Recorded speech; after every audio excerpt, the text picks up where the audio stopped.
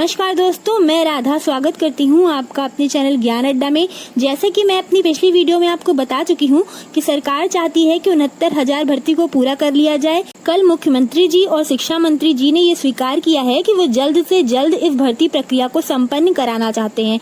और अगर high court या यूजीसी की तरफ से कोई भी रिपोर्ट आती है और कुछ और लोग कॉमन नंबर बढ़ने की वजह से पास हो जाते हैं तो उनको भी इस भर्ती प्रक्रिया में शामिल किया जाएगा। आपको बताती चलूं कि कॉमन नंबर का विवाद अभी सुलझा नहीं है, तो कॉमन नंबर बढ़ने के बाद जो भी विद्यार्थी सेफ कट ऑफ में आएंगे उनको भी नियुक्ति पत्र दे दिया जाएगा, क्योंकि अभी भी सरकार के पास बहुत सारे पद खाली हैं। जैसा कि आप जानते ही हैं कि 68,500 के अभी लगभग 22,000 से ज्यादा पद रिक्त हैं और अनुमान यह भी है कि सरकार के पास इन 22,000 पदों के अलावा भी लगभग 2 लाख से अधिक प्राइमरी टीचर के पद रिक्त हैं। तो अगर सरकार चाहेगी तो ज्यादा से ज्यादा पदों को जोड़ करके और कैंडिडेट्स का भी सिलेक्शन कर सकती है। और अगर सरकार ऐसा नहीं करती है तब भी 2021 तक हमको नई वैकेंसीज देखने को 100% मिलेगी, क्योंकि अभी जूनियर में भी लगभग 40 से 50,000 पद रिक्त हैं। ऐसा मैं नहीं कह रही हूँ, बल्कि मुख्यमंत्री जी और शिक्षा मंत्री जी ने जो बयान दिया है, अगर उसको ध्यान से देखा जाए तो यही तथ्य सामने निकल के आ रहा है।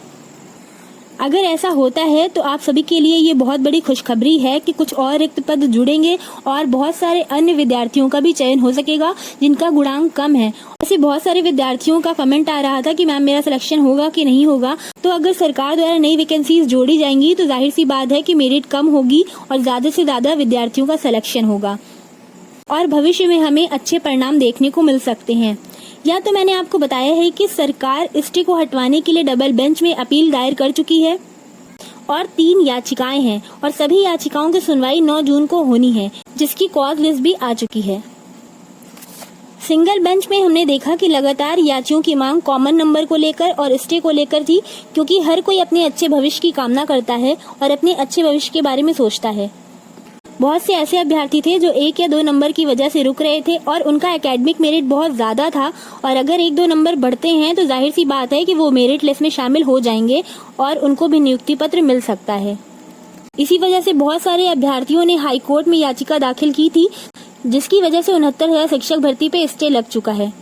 लेकिन सरकार स्टे हटवाने के लिए डबल बेंच जा रही है।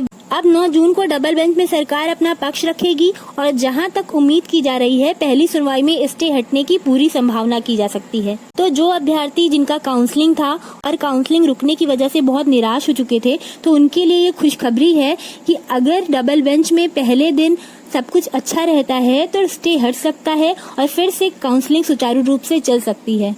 वहीं दूसरी खुशखबरी यह भी है कि अगर एनओसी की वजह से पूर्व में चयनित अभ्यर्थी निकाले जाते हैं तो उनकी जगह भी बहुत सारे पद रिक्त हो जाएंगे। एनओसी को लेकर इलाहाबाद हाईकोर्ट में याचिका दाखिल कर दी गई है, जिसमें 69,000 शिक्षक भर्ती में छात्रों की पैरवी खरे सर करेंगे।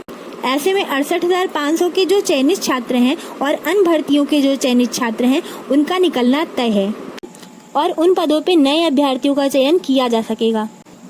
इसके अलावा एक और न्यूज सामने आ रही है कि जिन अभ्यर्थियों के फॉर्म में माइनर मिस्टेक्स थी उनको संशोधन का मौका दिया जा रहा है।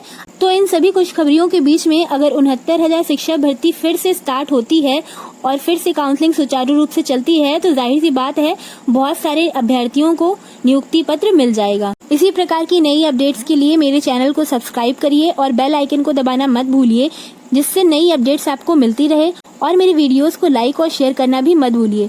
चलिए मिलते हैं अपनी नई वीडियो में, जिसमें मैं मिलूंगी और भी नई अपडेट्स के साथ। तब तक के लिए धन्यवाद।